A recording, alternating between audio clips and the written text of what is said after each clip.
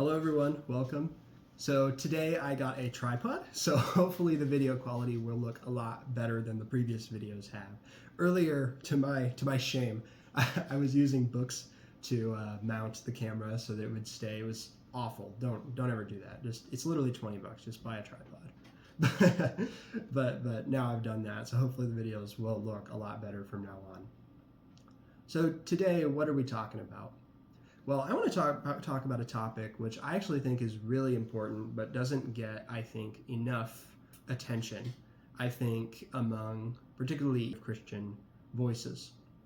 And that is the preservation of the scriptures in toto as a whole. Now, oftentimes when we talk about the preservation of the scriptures in, say, an apologetic contexts, we're responding to charges by skeptics which say, well, how do you know that the scriptures haven't been corrupted, that someone hasn't come along and changed them, or it's been accidentally corrupted, such that we can't recover the original form? And Christians have been well to respond that, well, as far as the New Testament is concerned, we have actually tons of data that really helps answer this question. How do we know that it hasn't been corrupted? I'm going to put a chart on the screen right here which explains pretty well the situation we have for the New Testament in comparison to other ancient literature. We have all of these manuscripts. It labels 5,000-ish for the New Testament, and we can actually compare them, and we can come to a conclusion. Okay, what has been changed, what errors have been introduced, and once we know what the errors are, we can correct them. And that is a process known as textual criticism, comparing different versions of the text which show up in the ancient world and making informed decisions about what the original text was. As far as the New Testament is concerned, we can actually do this very well with resounding success. The quote here is a little bit triumphalistic, but we don't want to be less forceful than we can be. We have very good evidence, and we can say, this is what the apostles said. We can say that with pretty good certainty. But notice that the skeptic didn't say, how can you know what the New Testament said? The skeptic said, how can you know what the scriptures said? And I don't know about you, but I don't just think that the New Testament is inspired. I also think that the Old Testament is inspired. So, well, we have to then answer the question, so setting aside the New Testament, how in the world can we know what Moses said? Because if I were a skeptic, that would be my very next question for the Christian apologist. Because if we're going to say, if we come out with the conclusion, well, the Old Testament has been corrupted, we can't know, whatever. If we're coming to that conclusion, well, it doesn't look like God has really preserved his word at the end of the day, because part of his word, a massive part of his word, hasn't been preserved, even if you can give evidence for this part. If there's really divine preservation going on, you'd expect the whole thing to be preserved, not just, a small snippet. And as a personal anecdote, this was a place of serious academic doubt for me when I started to study the scriptures at an academic level. How can we know what Moses said at all? We'll get into some of the data we have for the Old Testament pretty soon, but it's relatively late compared to when we want to say traditionally Moses lived. So how in the world can we be sure that the Old Testament hasn't been corrupted? And I want to give an answer to that today, because I think that is a really important question to be asking. And it's a very good question to be asking. But before we get into that, I want to make a couple of book recommendations. The first is basically this is the work on this topic. It's not written from a Christian perspective. You don't just need to read Christians. But it's called The Textual Criticism of the Hebrew Bible. As far as determining the oldest form of the Old Testament, which we can, making sure that we reconstruct that, we have that, this is the book you want to read. Now, it's very technical. I know Hebrew, so I can read it, and I think that even someone who didn't know Hebrew could still profit from it, but it would be a very hard read. So I also want to recommend this book by a scholar named Dr. Michael Shepherd, called An Introduction to the Making and Meaning of the Bible. This is basically attempting to disseminate textual criticism of the Hebrew Bible for a lay audience, and particularly for a lay Christian audience. And I actually think this is a phenomenal book. I actually know Dr. Shepard in real life. He taught me Hebrew. But this is not like sponsored or personal or anything. I actually think this book is very valuable, and it really did help to answer this question again for me personally, because he deals a little bit with this. How do we know what the original form of the Old Testament is? In this book, it's dedicated to having an orthodox but intellectually honest explanation for how we got the Bible, and specifically the Old Testament. He's an Old Testament scholar that stands before us. Now, in order to appreciate this issue a little bit more, I want to talk about different sources for the Old Testament, and I want to present a timeline of them. Now, when we talk about the Old Testament in antiquity, there are different major Old Testaments which come down to us. In fact, the phrase "the Old Testament" can be a little bit misleading in scholarly parlance because of there are these different versions. Now, this section could prove a little bit boring, just listing documents and dates, but hang in there. We'll do it together. It is really important. So let's begin. Now, the primary version that people usually mean when they say the Old Testament is the traditional Hebrew Old Testament that's been passed down by the rabbis, that being the Masoretic text. Masoretic comes from the Hebrew word masar, which means to hand down. So it's the text which was handed down. It's the traditional text. Now, the oldest full Masoretic text document is from the 11th century AD. I don't know about you, but I expected it to be a little bit older. That's a little bit underwhelming. There is a slightly older, almost full Hebrew Bible in Hebrew in the Aleppo Codex from the 10th century AD, but again, you'd expect a lot older, right? Well, we have another text which comes down to us in Greek known as the Septuagint. This was a very early translation of the Old Testament into Greek that was done in different times, different places. Traditionally, the Pentateuch of the Septuagint, according to a document known as the Letter of Aristeas, was translated into Greek in the 3rd century BC in Alexandria, Egypt.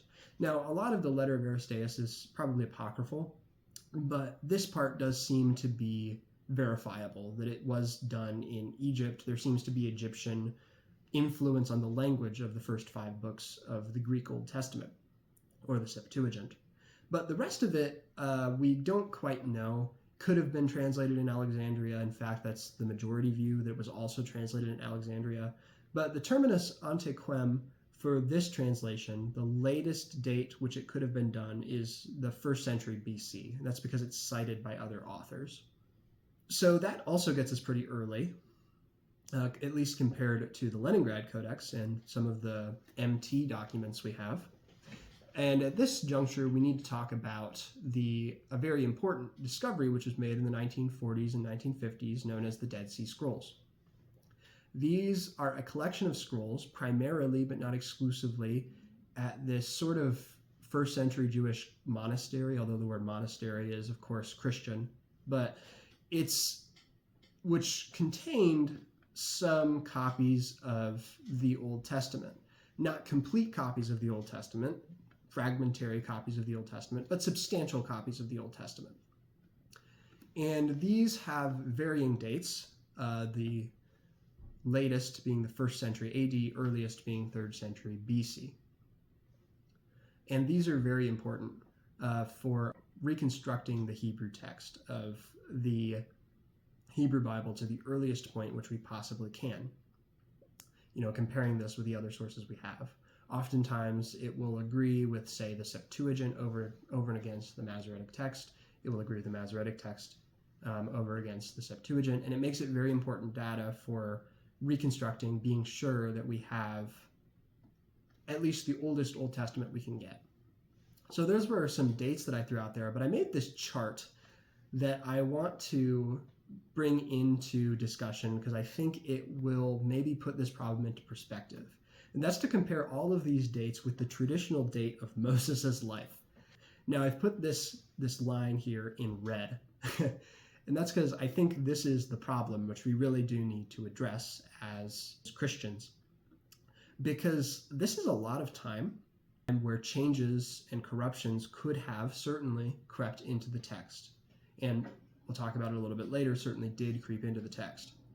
So given that the earliest data we have is the Dead Sea Scrolls and Septuagint from the 3rd century BC, how in the world can we have any confidence about what Moses said?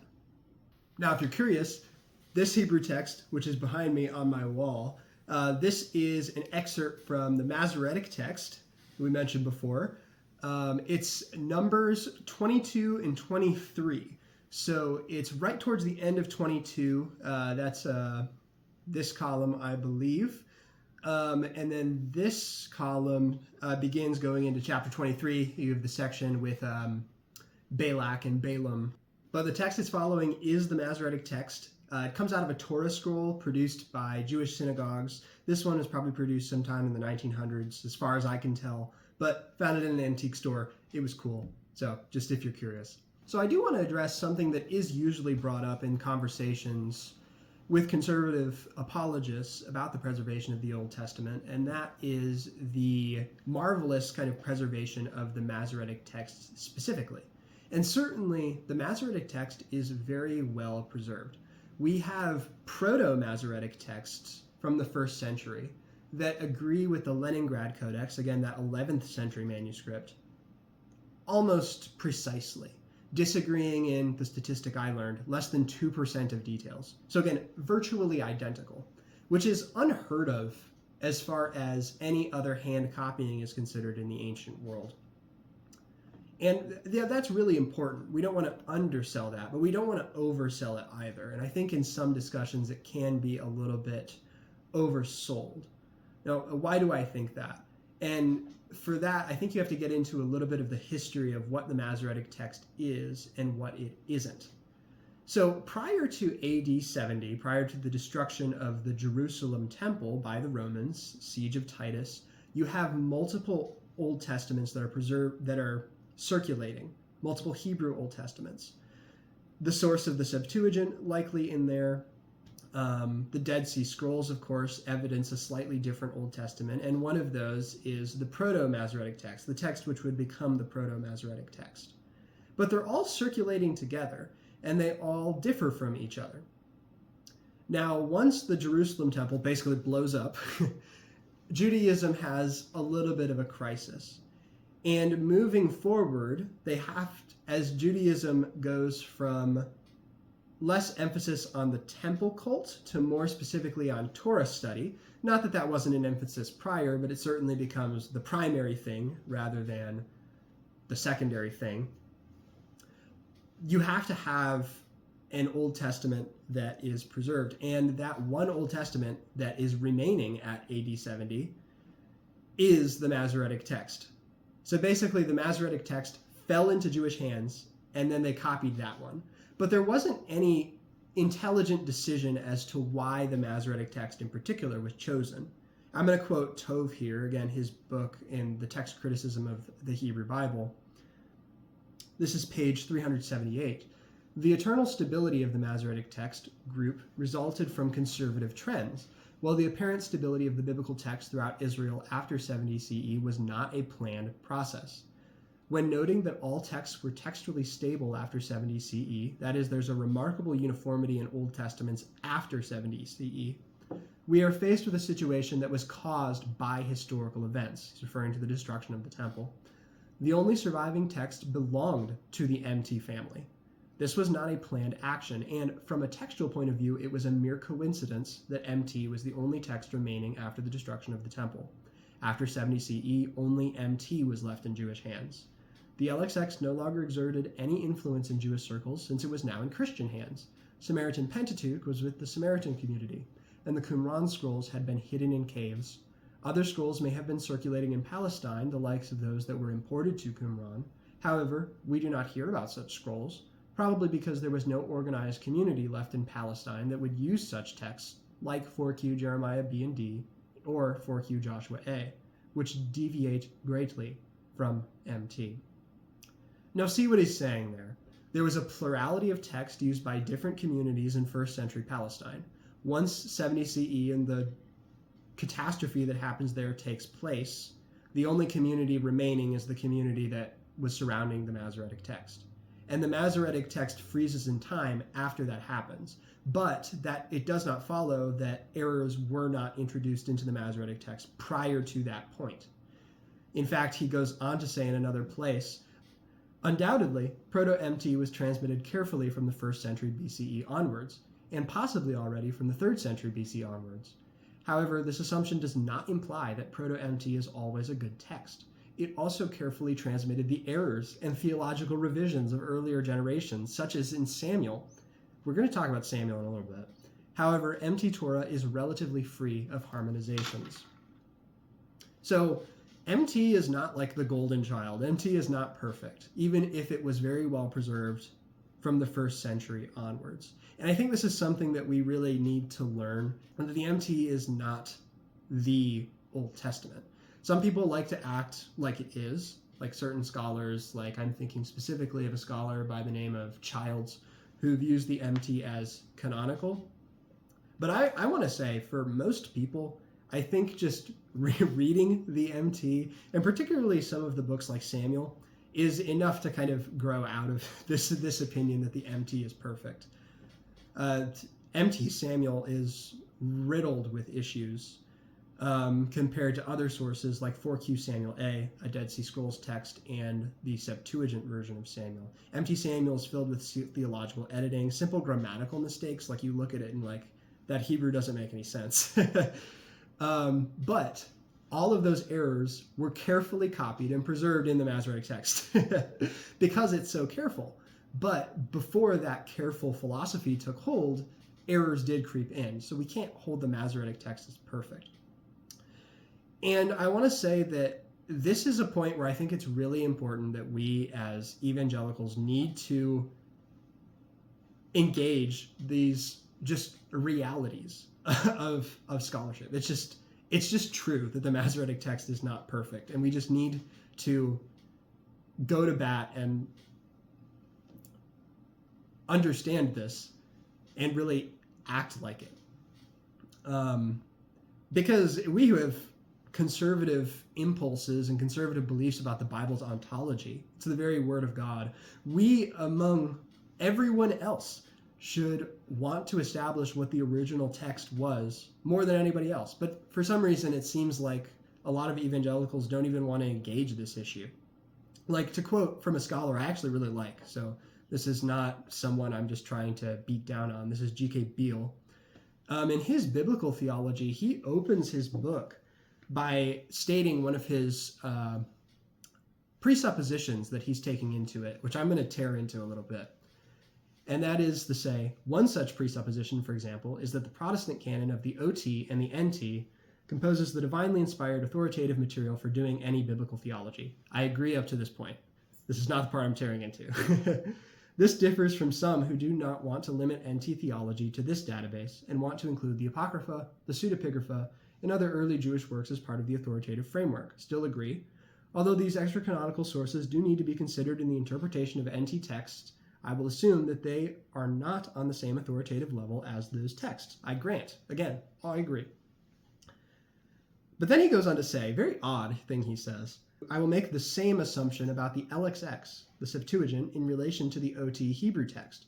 The latter of such will I take to be authoritative. Now to me, and I'm sure to others as well, this statement about the LXX in relation to the OT Hebrew text just to me seems nonsensical. Because I have to ask Beale what he means by the OT Hebrew text. And I think that's going to be the question from a lot of people who've really engaged this issue. Because in contrasting it with the Septuagint, I can only guess that he considers the original OT text to be the Masoretic text because it's contrasted with the Septuagint. But the Septuagint is a very significant source for how we even know the original Old Testament Hebrew text, particularly through its forlaga, or the original Hebrew text, which the Septuagint translates. So to put this dichotomy between the LXX and the original Hebrew text, I think it's just wrong. It's just assuming that the Masoretic text, the original Hebrew text, quote unquote, is the end all be all, is the OT, which again, I think is not a position that is intellectually feasible, given some of the stuff that's in the Masoretic text. And honestly, I think in some of our theologians, there seems to be a sort of ignorance of this issue.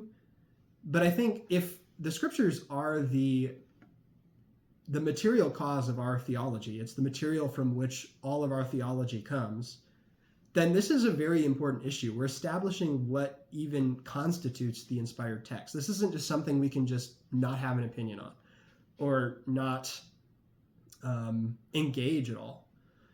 There's no such thing as pious ignorance. So we need to really engage this issue. The Masoretic text is not perfect, and we need to stop acting like the Masoretic text is perfect.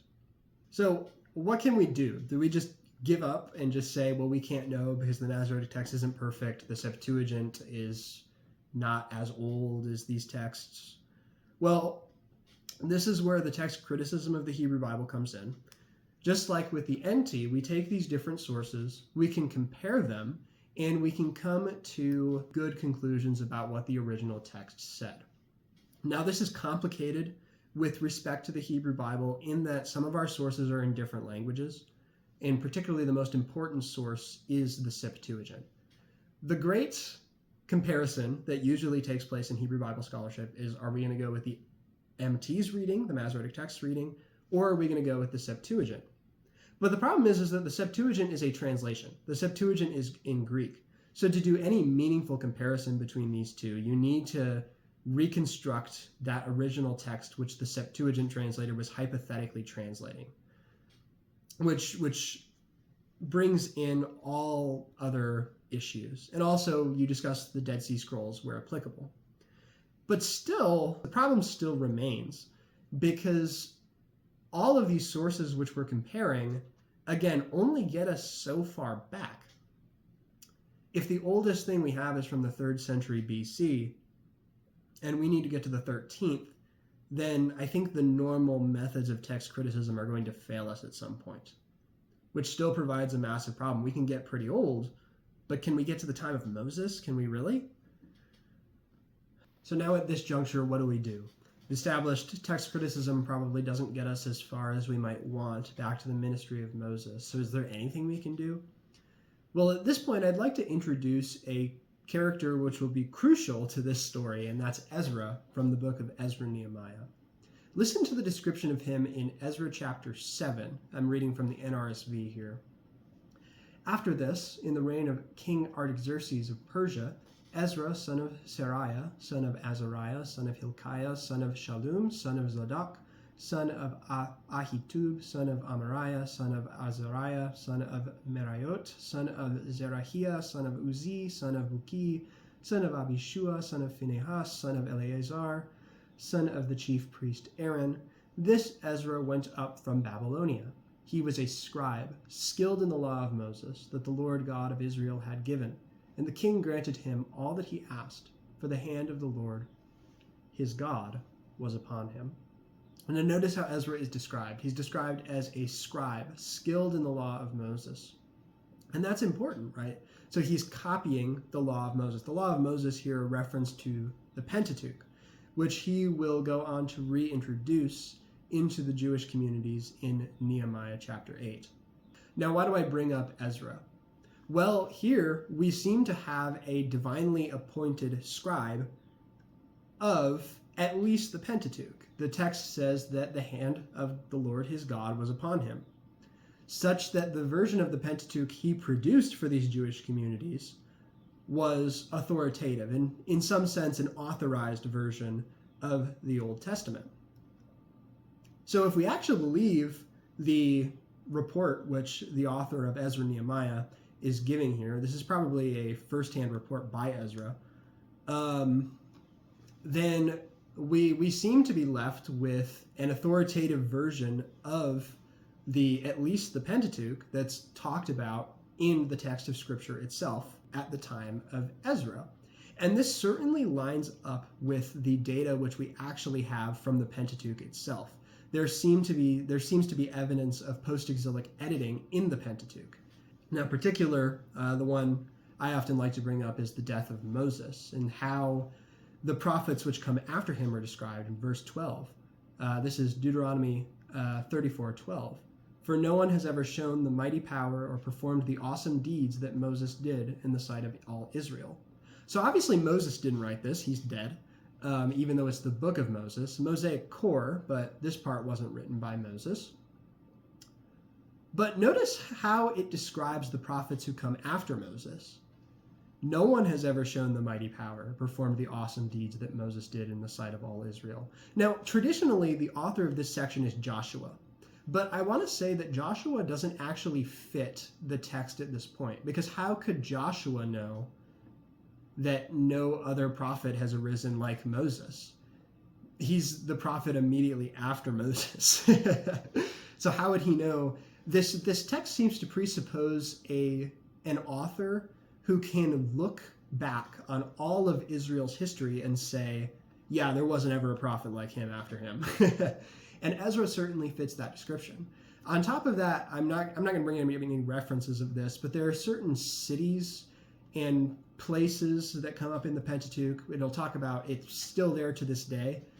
Certainly evidence of later editing. And I think we can perhaps put forward that maybe Ezra himself introduced these changes. And I think that he actually is a pretty good fit for the author of Deuteronomy 34. Now, Jewish tradition actually goes even farther to make Ezra the finalizer of the entire Old Testament, the entire Tanakh. So I'm going to quote from a source here. I'm going to put the link I got it from. But this is an explanation of a Jewish tradition for the origin and canonization of the Tanakh. So it reads, among the accomplishments of the Anshe Knesset HaGedolah were finalizing the contents of the Tanakh, the 24-book Hebrew Bible, instituting the Shemona Esrei, that's a traditional Jewish prayer, recited at least 3 times a day and ultimately to serve as a substitute for the temple sacrifices, and the enacting of many laws to protect and bolster the observance of the Torah commands.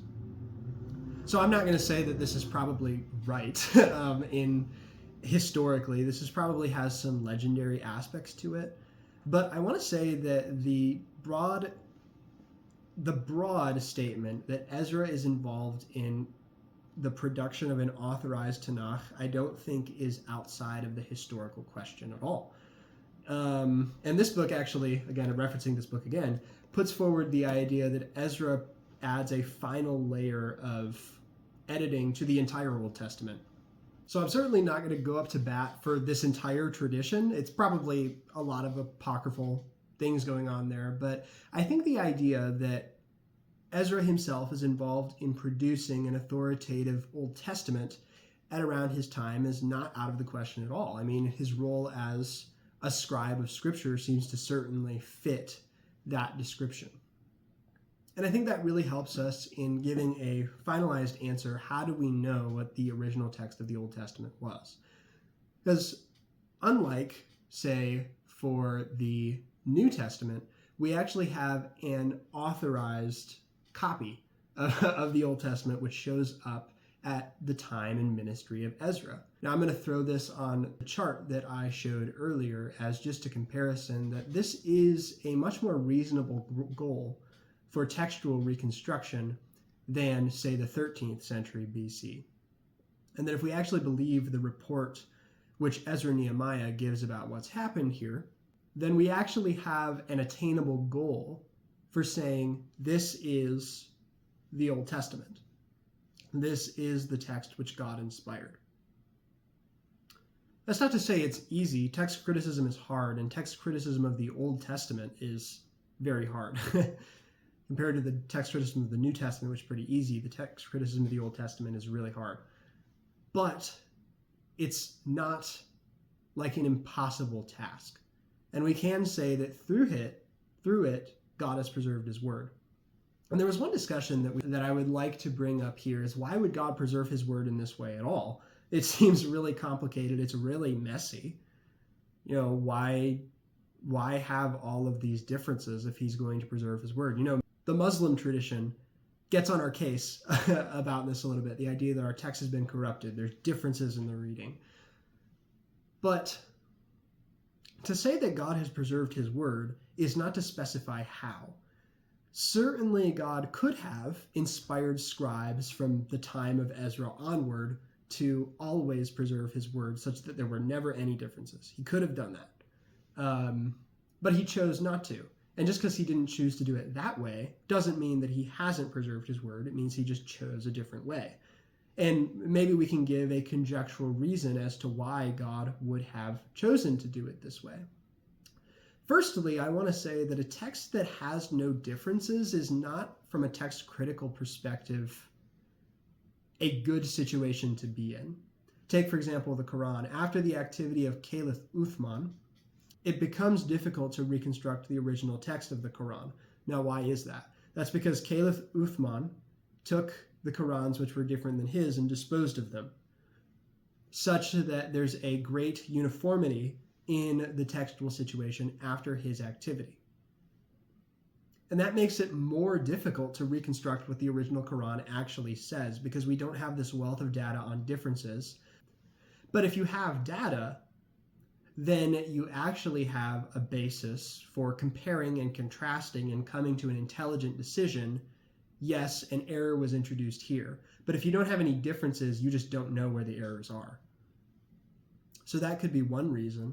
Furthermore, the different readings of the manuscripts throughout history actually give us a wealth of information on how the Hebrew Bible and the New Testament have been interpreted over the ages. Because sometimes scribes will insert their own interpretation into the text, even if unconsciously, in their changes or errors. And as far as the reconstruction of the text, of course, this is not super helpful. But as far as understanding what the text means, that's critical. That's super helpful. Because these are people, native biblical Hebrew speakers, copying the text. So those are a couple of reasons. Of course, it's conjectural. But any answer you give to that question is going to be conjectural. Why did God do this? But in conclusion, I just want to say that I think we can't have confidence in saying, yes, Moses said this, so long as we believe in the reliability of Ezra and Nehemiah's account of the reintroduction of the Torah into Jewish communities. And of course, why do we believe in Ezra and Nehemiah? Ultimately, because Jesus, the Messiah, died on a cross, resurrected on the third day, and validated both the New and the Old Testaments. But I know that this was a little bit of a technical discussion. I hope that it wasn't too technical over people's heads, but I also hope it was helpful for, even if you've never thought about this issue, to at least bring it to mind, recommend some good books, and show that we do have good reasons for believing the things we do, intellectually defensible reasons, not just trite orthodoxy for the sake of orthodoxy reasons. Well, thank you all for watching. See ya.